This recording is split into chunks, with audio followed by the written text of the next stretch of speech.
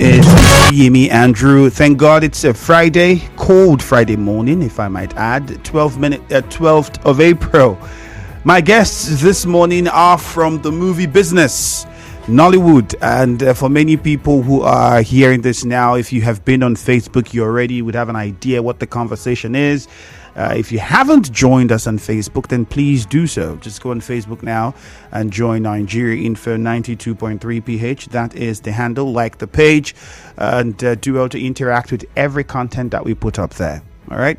On X, it is Nigeria Info PH. On YouTube, it is Nigeria Info PH. And you can also join us on Instagram as well. So quickly, let me introduce first Dr. Ken Osunwa Chigozie, the chairman of Actors Guild of Nigeria, Rivers State. Doc, good morning to you and welcome to the studios of Nigeria Info. Good morning. And also a very good friend of mine, Decent Promise, a film director and producer. So you're welcome. Good morning to you. Good morning. Good morning, Port Harcourt. Good morning, Nigeria. All right, now that you heard all of these guys in the studio, you'd wonder, what is the conversation about? Well, you're right to guess that it's going to be about Nollywood, but then what exactly? In recent times, you must have followed the trend. It's been sad occurrences in Nollywood, and it's raised a lot of eyebrows from losing the legendary, many of you know him as Uncle Way. That was the first time I got to know him. It was Uncle Wayward. There was that movie, and we watched that movie, and it was like, Uncle Way. So when you came to other parts, and then you say Uncle Way, and they're like, no, Mr. Ibu, and you're like, oh, it's not because Mr. Ibu wasn't a great film. Like the character in that movie wasn't great, but then in some parts people knew him as that as well. But it was painful, John Okafor. When we heard that he passed on. I mean, and not just that he passed on, but the process before he eventually passed on was so painful. And then I think Amechi Monago, we saw news about Amechi Monago also passing on. And before that, we've also heard many other. I mean, if we go back, Sam Loco Efe and the rest of them all had issues. And then there's the thing you see where you see Nollywood veterans and actors, then they begin to look like when they are ill, there's no money, and then they are looking for who to support them and all of these worries. And you have Nigerians saying, you did all these movies, how come now to have 2 million is a problem, to have 5 million is a problem? Like, what happened? So we have those concerns. Beyond that is the most recent incident, a very sad one that involved Junior Pope. And not just Junior Pope, there were other actors that were involved in that sad incident. I think one of them survived from the story that I gathered. And it's a concern because now it begins to bring up the question of safety of actors on set.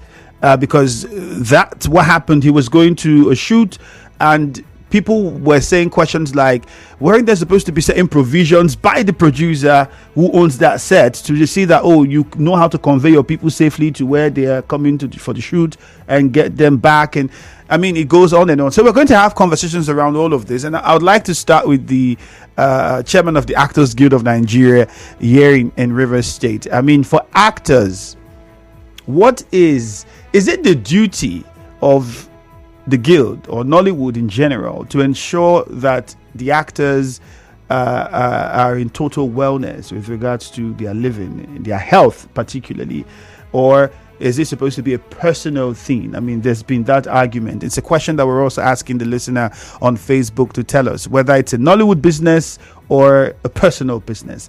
Mr. Ken. Right. Thank you so much, Femi. Appreciate this opportunity to talk about these issues because it's our concern and we're all mourning and crying over these ones. You have read out the history, how it has been in the industry. It's not a good one. And looking at it from your question, you find out that it is the responsibility of both the actor and the guild. On the guild part, we've been doing our best. We bring out policies, we bring out procedures, we bring out all kinds of guidelines to enable the actor remain healthy. But the actor themselves, what are their own responsibilities to themselves? Are they selfish in their own human management? Are they selfish in taking care of their own issues? What are their lifestyles?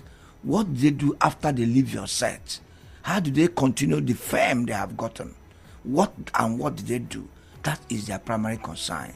So the guild, at the point of getting you into the membership, will try to indicate, will try to put you through what you should do to enable you to remain in that profession till even at old age. Look at what goes on in reasonable society. Actors being celebrated at old age. But what is it that's happening to us in Nigeria? Yeah. Yesterday I heard about the death of O.J. Simpson. Though he was a sports an actor at 76. Look at our actors here. At what age are they? I mean, you just mentioned O.J. Simpson. Now memories just flashed in my head. It just went back. Yeah. Some of the very popular names at the time. And several others. The lifestyle they keep is also important. We've been stressing that fact. Few weeks ago, we had a walk and awareness campaign in Asaba, the same Asaba. How many of them turned up? Just to educate them, we have a HMO plan. We have medical plans. Don't they partake of that? Because, I mean, cases, people expect that you have this, you mentioned the HMO plans and medical plans for actors. Yeah. Don't they participate, or is there no way the guild makes it compulsory that actors are involved in this, perhaps by working with the producers to say, okay, whatever you're paying these people for these movies, maybe we collect it? Or how do you go about that? Yeah, there is a system that I don't understand. The same problem Nigeria has is the same problem we are facing in the guild, because Nigerian problem is a family problem. It's a problem that everybody is, it is, nobody is from a different society here. So no matter the policy you put in, people must break it. As I speak with you, in Rivers State alone, not one person has signed up that. No actor. No actor. At a point when they get to a level, they even shun your invitations. So can you now banish them from the system? No. You keep appealing to them. You keep talking to them. At the level they have reached in society, they hardly take instructions from you anymore. So that is why there is a system problem. It's a Nigerian problem. So you think it's largely a personal lifestyle problem on the part of the actors, and less of a provision of certain avenues to educate actors by the guild or Nollywood in general? You just hit it. It is the actors' management problem. They have that lack of handling themselves. But don't they have handlers these days? I mean, because we see that this is very much popular among the older generation of actors. Yeah. We see these things happen more amongst them.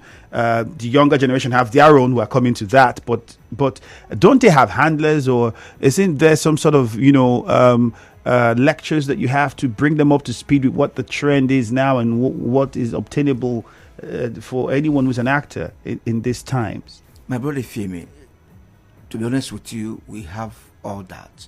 We've been talking to them. Their handlers, most of their handlers, their managers, are only managing their funds. That is, in terms of contract, in terms of arrangement, they will not answer your call. This my friend is a director. I'm going to come to him as a director and producer. If he calls an actor now to sign him on to do, he will give it to his PA to talk to. And the PA he has chosen is not detailed to give you even information. They're only interested in signing him on to come and shoot in Port Harcourt and go back. He will not ask certain questions. He will not sign on things. If you try to find out what is the stock with the producer, even going the extent of knowing the strength of that producer. Is he capable of keeping your artists on set? At what level? What are their medical plans? What are the security plans? What are the welfare plans? They don't ask those questions. They only ask you, how much are you going to give me? Look at my fee, drop it. Once you pay it, send me the script, and that is it. Like, these are the things we've been hitting and fighting ourselves. You can't do that. You must have insurance policies. You must sign a contract with a producer before you start any film. And if you do this, the producers will sit up. The producers will also know that this is real business. They don't just wake up and do things anyhow. That's what is causing the crisis we are seeing in the industry today. All right, let me quickly come to this and promise. I mean, you are a producer, you're a director, you have your own. It's a bundle of talent. Yes, it's a lot of things in one. It has its own studios and the rest of them. Let me ask. I mean, we saw most recently, the sad passing of Junior Pope, a very talented young man, young family. I mean, still has a lot to accomplish in his career in that particular industry, even beyond. Sadly, he had to pass on in the manner that he did. I mean, we saw the video he posted last while he was going to set, and people were asking questions like, no life jacket. In fact, in that video, you would also hear him trying to talk to the driver about because and possibly he doesn't know how to swim, and he was talking. Now I got 3 children. I better go. Let me go take care of them. Yes, let me go take care of them. Oh, easy, slow down. Oh, this one, and all of those. But people could not help but notice that no life jackets. In fact, you look at the boat he was in. This condition of the boat, we couldn't see the whole thing, but from the video you could look at like this doesn't look like it. Even this boat is even healthy enough, yes, to convey. It doesn't pass the standard, and then even who is driving the boat, how professional they are. I mean, there's a lot of things you could tell by looking at that video. It now brings me to ask you, from your experience as a producer, how do you guys ensure the safety of actors when you get them on set? Is there some sort of arrangement? Is it something that is looked at, or it's basically like Doc has said, just pay and the artist comes and does what they have to do and go? Well, first of all, I'd like to say that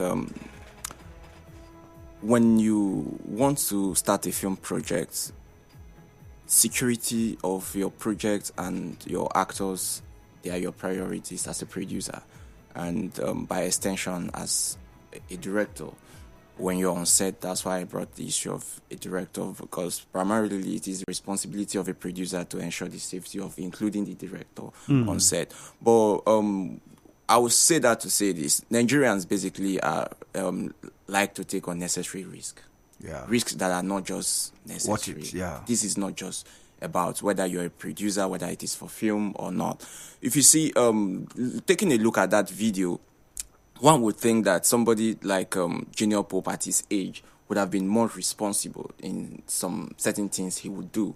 I don't have to be a star actor, a famous actor, to know that when I am involved in risk-taking journey, I should personally think of my own safety. For me, if you put me on that boat without life jacket, I won't cross.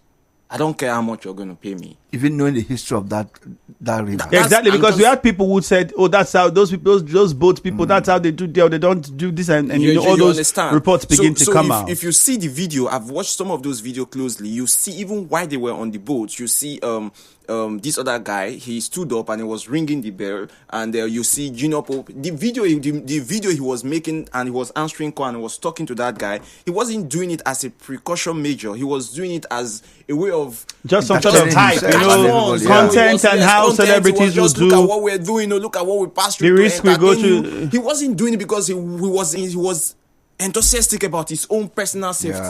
I don't know if you understand me. Yeah. So these are issues that I've shot films severally as a producer, and I will tell you, I've shot films on a Friday. After shooting around 6, 7, you will find out that your actors will go to club. They are on your set.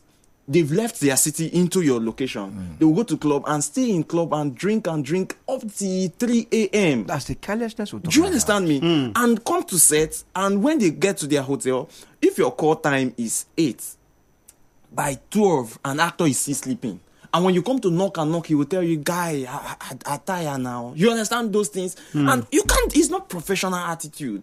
So these are primarily the issues of your own personal safety. Even before you cannot put your safety in the hand of somebody. Even if I do, and regardless of what they provide. Yes, when you come to a place and you find out that these things are not the way it should be. But is it not possible that the producers in the contract should stipulate some of these behaviors that you would not want on your set? And if you're not going to work with me and abide by this, then let it be that way. We'll find who is willing to be that professional, because some of them would not do these things with bigger brands. Let's mention the Netflixes and the rest who contract them. They wouldn't act this way, because I'm pretty sure the contracts for those people are more detailed and requires a lot more. So is it that they just see producers who are in the country as well. We can. No. I think basically, what's the I situation? think basically the issue we're having is the issue of we have a lot of untrained actors, untrained producers, untrained cast and crew, basically in Nigeria. Because I was going to come to what qualifies a person to be a producer. Yeah, that's another question I was going to come. We're coming to that. You understand me?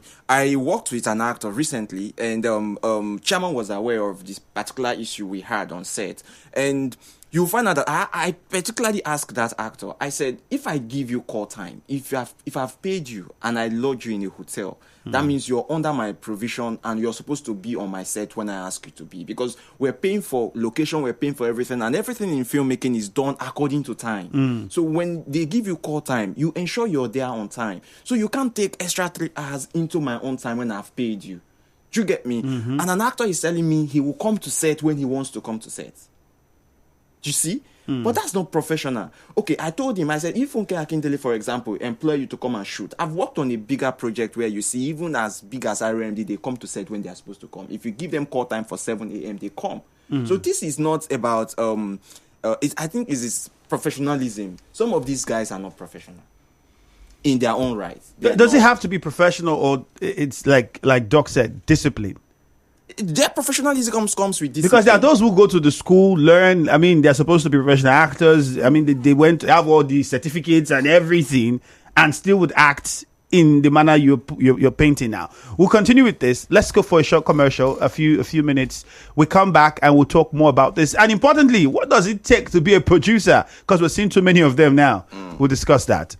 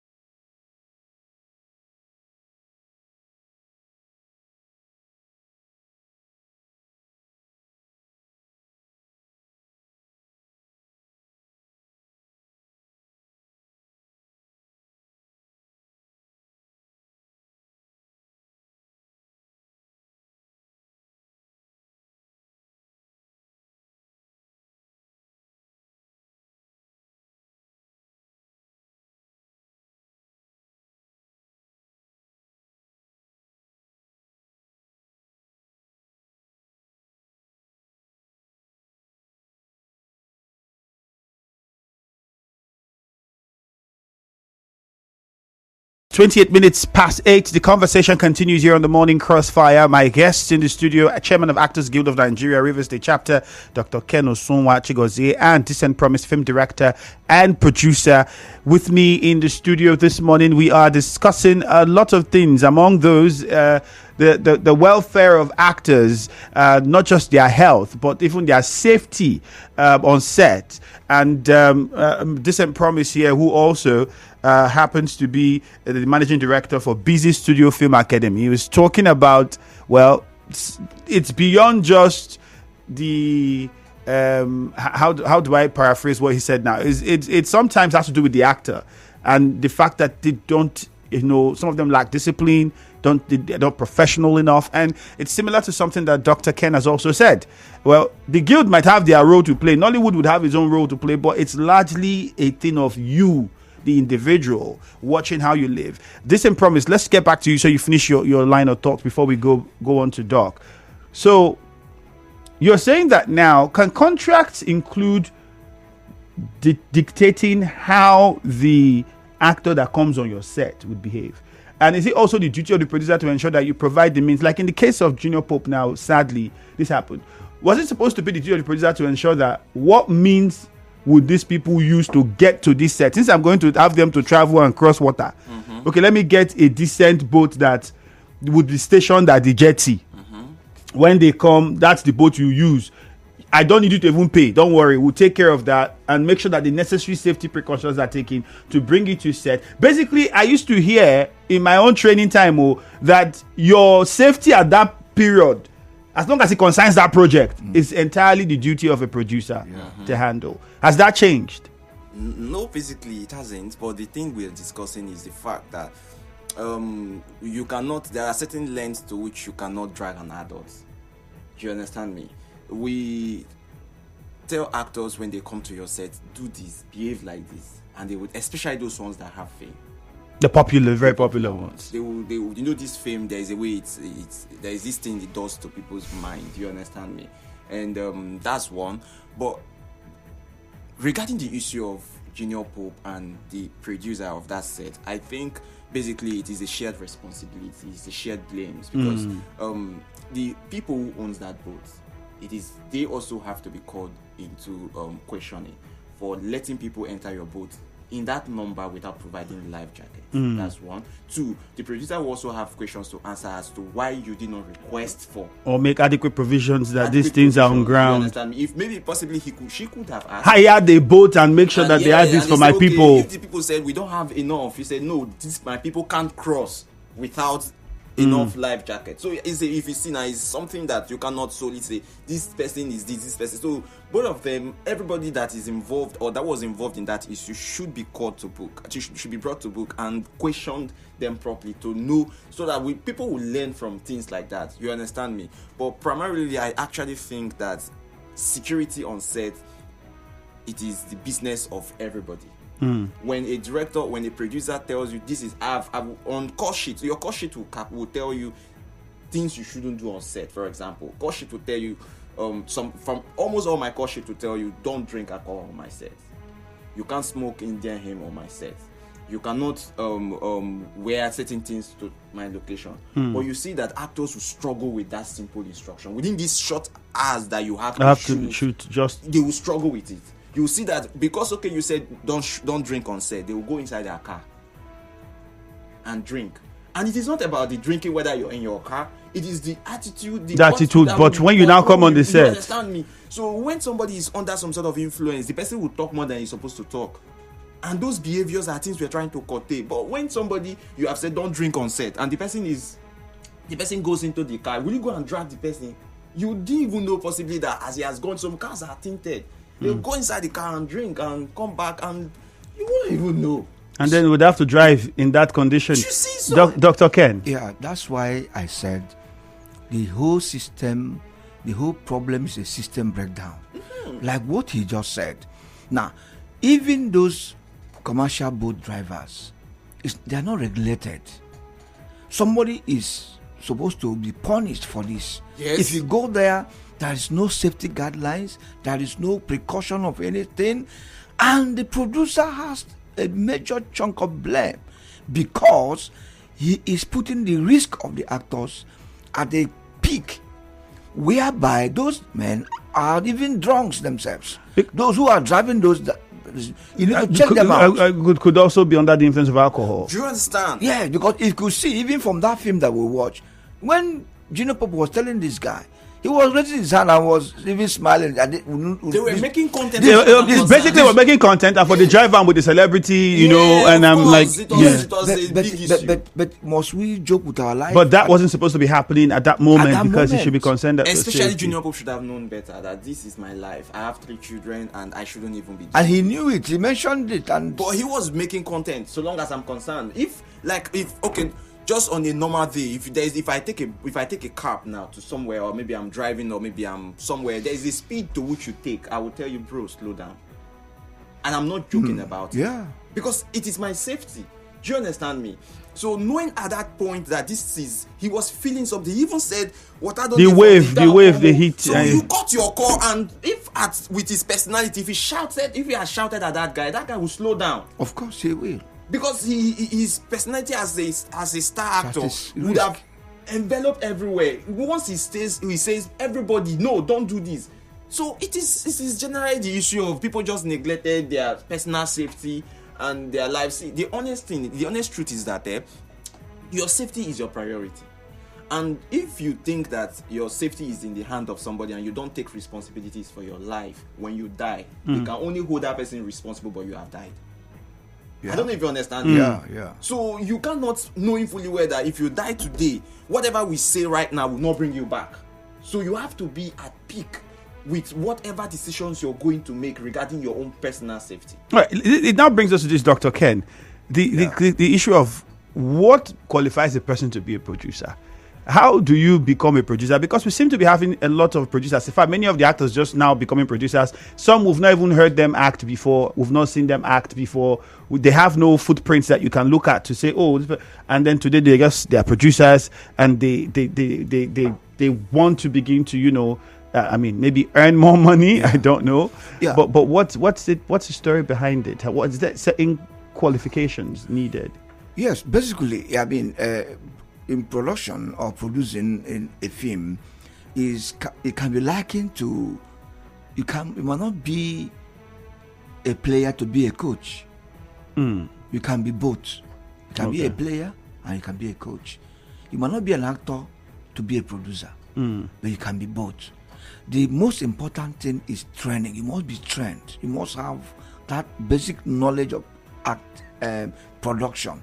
For instance, the schools we have here, the universities we have here, they will just give you basic training, but you have to develop yourself as a producer.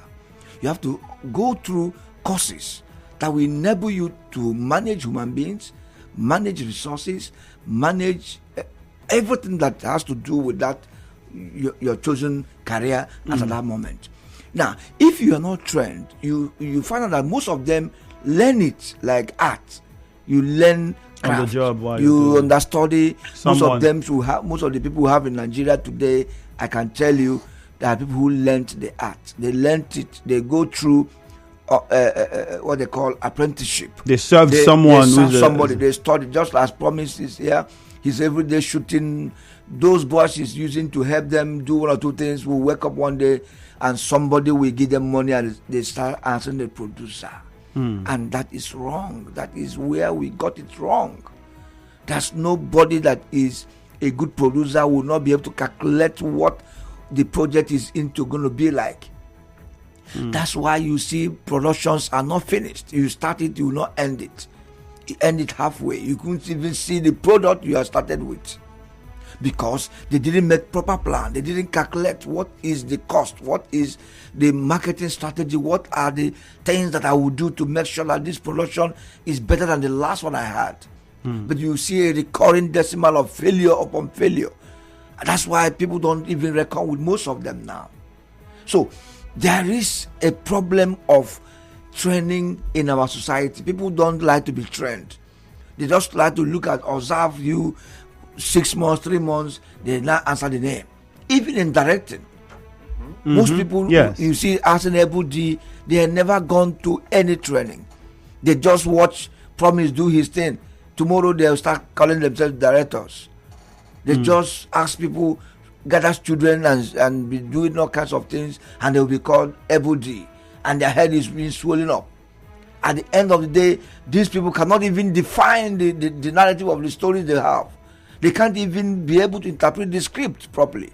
That's why you see all shabby productions here and there, because people are not, the rudiment of the work is not with them. Decent Promise, you are a producer, a director, even an actor. So, is there some level of, what I call it, experience one should have to qualify as a producer, or is there some certification that's needed? And why do you think we have more people going into production now, even? First of all, I think, like Chairman already said, it is largely the issue of lack of training. And a lot of people don't have patience to learn, because some persons, for example, some persons started acting and maybe it didn't favor them. And they got advice that, look, if you have money, you can produce your own film. And for that reason, because people have access to funds. You can decide who becomes the lead actor, so and or the executive producer can tell you, someone put that person as lead. So for that reason, now most people who really didn't, the acting straight didn't really favor them. They go through producing, especially on the part of the female. They go through producing, and they just have access to money, speak to one person that can give them fund, and they jump on production, start calling actors, and that doesn't mean that you're a producer. That you can pay an actor because you have access to funding doesn't mean that you're a producer.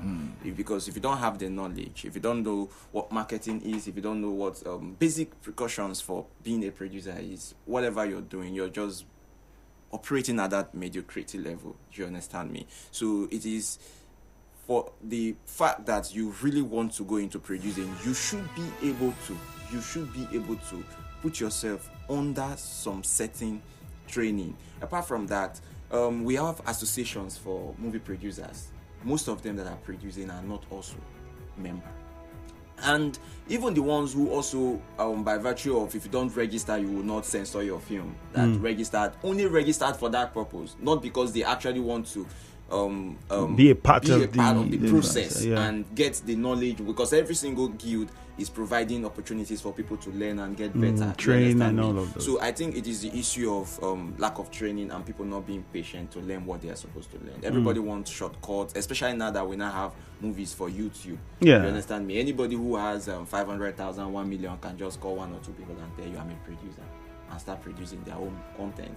But they don't understand these things into details, how it should be. All right, let's take a few calls. We'll come back and get more into the industry, but let's start with a few calls and messages from the guests, for the guests in the studio. And Lawrence Friday says, good morning. I would say the blame goes to many areas. Like the guy himself supposed to know that he's on the sea and should be careful.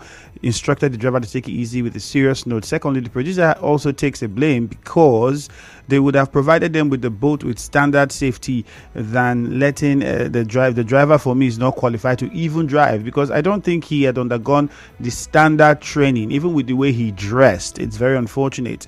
Godspell Yenacho says, Andrew, good morning. In my opinion, why didn't the producer and film industry go with drivers or go to the marine police to hire life jackets for the safety of their actors? A problem of actors and their bosses is that they are stingy to themselves. Nobody wants to spend money. Okay, cutting costs. That's what you're basically saying. I can't take all of this. It's very lengthy. But I think you also are blaming the actor, because you say you don't swim. Why didn't you make sure you tax yourself to go get a life jacket, as well as professional driver? Barry Dakbo says, when it comes to safety, many felt it's only the duty of an engineer. How can a professional like Junior Pope take such a risk? Please, everyone should be responsible for his or her safety in their workplace. Good morning. The Actors Guild of Nigeria should henceforth put proper safety plan in place before embarking on any journey to shoot any film. It's so sad that we lost Junior in such a careless manner. And I think the hurt for many people is the fact that this could have been avoided, easily avoided. And that's why a lot of people are feeling really pained by it. All right, let's go on to the phone lines now. 0817-923-0002. Good news is on the line from Mount 3. Good news, let's hear you. Good morning. Good morning, my brother, man. And the guest in the studio, I greet you. It just made me to remember the young man that just died. After putting the doors and crossing the T's, I discovered generally that it is the fault of the government, not even the Actors Guild. Yes, even if the Actors Guild, there are one or two lapses in their instructions, in their constitutions or their laws that needs to be strengthened and highly implemented, no matter who talks it out in their profession. But the government has failed heavily. Even as we talk right now, if you don't be surprised, when you go back to that jetty, people are still flying that jetty without life jackets. Remember the young man that died in Calabari, I think they call him Jackson or what they call it, the same people. The thing drain. That was an opportunity for the government to ensure that the seaways are free. Look at what happened in Benue, Kola, Bonny, it happened steady. And the government will keep on their children died in their numbers because they were going to school. One of those stories that was in Nigerian, we discussed about it. What does the government do to make sure safeties are carried? In that governments are supposed to be working by now, they should be putting people something like armed practice on the sea, ensuring that sea divers are standby. Because it is beyond even the guild actors concerning these issues right now. The production and the producer they are talking about the suspension or what? Do you know how much it is the person is putting in? How is managing he's managing to ensure that the production? And again, I know that there are licenses from Junior Pope based on the video and things. If I were Junior Pope, I will shout at that guy. In fact, I will see him step down. But there's something I understand in both riders. You see the flying speed, they see that there is no hold up, no go slow. They fly very speed. Most of those ones on small boats, not even on the electric kind of boat. So it is something that the government should stand up and stop the menace. Not even what the actors. All right, good news. Thank you. Let's go to Oyigbo now. Temple, good morning. Good morning, the very distinguished Femi. All right, go ahead. Fine, thank you. Go ahead, Temple. Yes, so I think I have listened to Dr. Ken and Mr. Promise, and I was able to catch up something from what Mr. Promise was saying. And this we are talking about a guy was celebrated yesterday, and today he's no more. And we are talking about life, which I want to appeal to them, because from what Mr. Promise has said, it tells you there is some kind of, high level of pride, high level of pomposity. It is bad. When they are under the, custody of these guys that employ them, I think it's important they listen to them, follow whatever they have said. Because as far as I'm concerned, this life we are living is like a melody. When it comes out from their mouth, brother, it melts away. So whatever they need to do, they should know that there are some persons that are taking care. There are some persons that are depending on them. Brother, by the time you carelessly live that life, government will not be blamed. That is the real issue. So we should be careful the way we live the life. Yeah. That is my message. Thank you. Thank you, Temple. Ida from Inkoro, good morning. Yeah, thank you very much, my brother. Go on. I feel pity for that particular person. You're not supposed to do video call. Because I can see the driver raising up his hand. I'm from River State. And the guy is speeding. But I did say, see, you can't blame government, you blame yourself. They said I was going to Owerri. I was driving. My eye just turned me. The motor was just turning. I just parked. The motor just relax more. I get myself. When I come, I went and run malaria and typhoid test. And I believe that when I run it, I saw malaria 2+. So I started treating myself. So you cannot blame government for anything. And that producer, you should arrest that producer. If somebody is going with you on the sea, everybody have to wear life jacket. You just put people listen. Even that guy that was doing the video, the actor, I blame him. I have 2 children. Hey, this, that. You put your video, shout for the driver. Driver, please slow down. Driver was waving his hand. No. It's bad. And if they are doing that thing, the producer don't have money. Please don't take anybody out until you get money. You take everybody out. So as they are going for the water, you make sure You have someone that will escort them, security boots, and people that divers that will escort them to their destination, so that when that any kind of thing happens, they can fly out and save people. And the other one was explaining, pour Fanta inside water, he like, he do this, he do that, he do that. My brother, they should please stop drinking anything they are doing. All right, Ida, thank you very much. We're going to come to that as well, because there been talks of some diabolic acts within the industry. Let's hear from Elechi and Lelewon. JJ is also on the line from Rumigbo. Elechi, good morning. Yeah, good morning, Andrew. Yep, go ahead. Yeah, so in the sense of sending blames up and down, anything about incidents or accidents is bound to unexpectedly occur. But my question now goes to the state government or government with maritime police.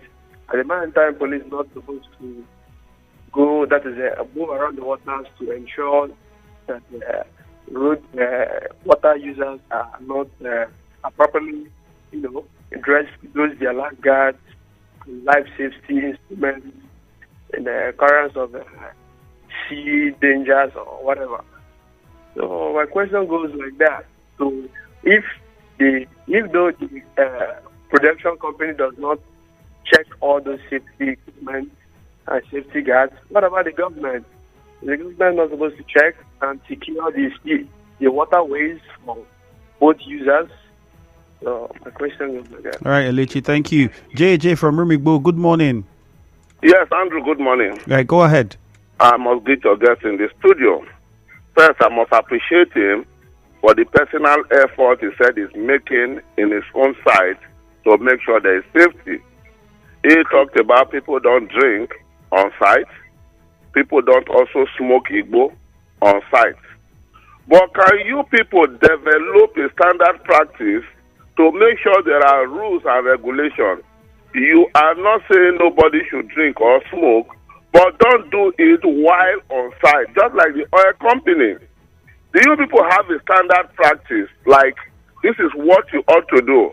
If you're going to a river, it's not also forgetting that fish, when also there for water, that's their home, they also die in the river. Even if you're acting in the swimming pool, you need a life vest, at least small one. Do you also, if you go to a community that you don't know before, you want to go act, just because it's a good site for your story, do you engage the locals so that they can tell you some of the do's and don'ts? The day you're not supposed to access the river, the day you're not supposed to enter bush and all those, do you do that? Or you just come and say, okay, we are known, we are actors, so we just act and people start clapping for you. All right, JJ, let's conclude, even though I'm not a judge, that video that Junior Pope was doing, they sacked the driver and the driver was carried away for what I saw. Thank you very much. All right, JJ, thank you. Let me quickly come back to my guest. We have less than 5 minutes. Okay, make that 4 minutes now to respond. You've heard most of what has been said. Now, some people have talked about diabolic activities within the industry. Dr. Ken, is this true? Does this happen? I mean, we even saw the one person who survived was talking about, he said he's not acting anymore. That, the industry have been after his life, people poison and all that he said. And now that he survived, he says he's no longer acting, he's just going to live his life and let the industry be. Does this happen in the industry, diabolic things? Well, from the perspective of knowledge, we live in a society of competition. People compete with all kinds of things to survive in any business they are involved in. So if you look at it from that perspective, you see there are people who drink to get morale to act. There are people who drink to get strength to do one or two things, who are hiding their deficiencies. There are people who go to all kinds of babalawos to get strength, to even get jobs. Yes, you can't rule that out. But what is important is that there's a system breakdown, that our people are unhealthy. There are people who cannot take instructions. There are people who you cannot guide them. Once they are famous, they are above the law. They will not listen to any instruction. They will not obey the commands of the set. They will not even take little instruction of camp rules. Because every production have a rule. They break it down. Even what we're talking about of smoking on set, we have even gone as far as getting the government to test people on set to be sure they are drug free. We have that synergy with drug and law enforcement, NDLEA. NDLEA. We have that synergy with them. They come to most of our set to test our people to be sure they are not under any influence, because the way they behave, the way they talk, the way they carry themselves, it's so suspicious that these people are into something else. Is there a way to test for diabolic ones? If people who use, it's you being careful. It's possible. It's you being careful of yourself, because they can test the power on them. So you must also either be close to God. That's why we preach something. So that's why we'll talk about you being close to your God at every point in time, so that those who refuse to abide the principle of equity and allow people to live will meet the rock when they come to you with diabolical powers. You will be resisted by your faith in Christ. Well said, Doc. Let's quickly hear from Decent Promise. We have less than 2 minutes. So what are your thoughts? Okay, basically, I think the issue of what people use to for their business is actually a very personal thing based on their belief. And if you give it to the fact that everybody have rights to believe in whatever they want to believe in, it will not be part of your duty to start telling people what to do as regards to their faith and what they want to believe.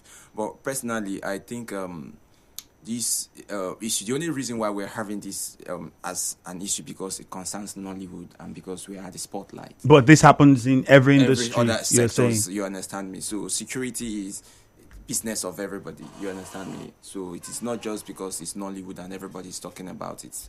The issue we're having in the society right now is that when people die, nobody talks about it. But if it is Nollywood person, they say, why didn't they die like that? Now they are seeing kid them. You understand me? So it is not because we are not human beings. We are human beings. We face issues that real other people face too.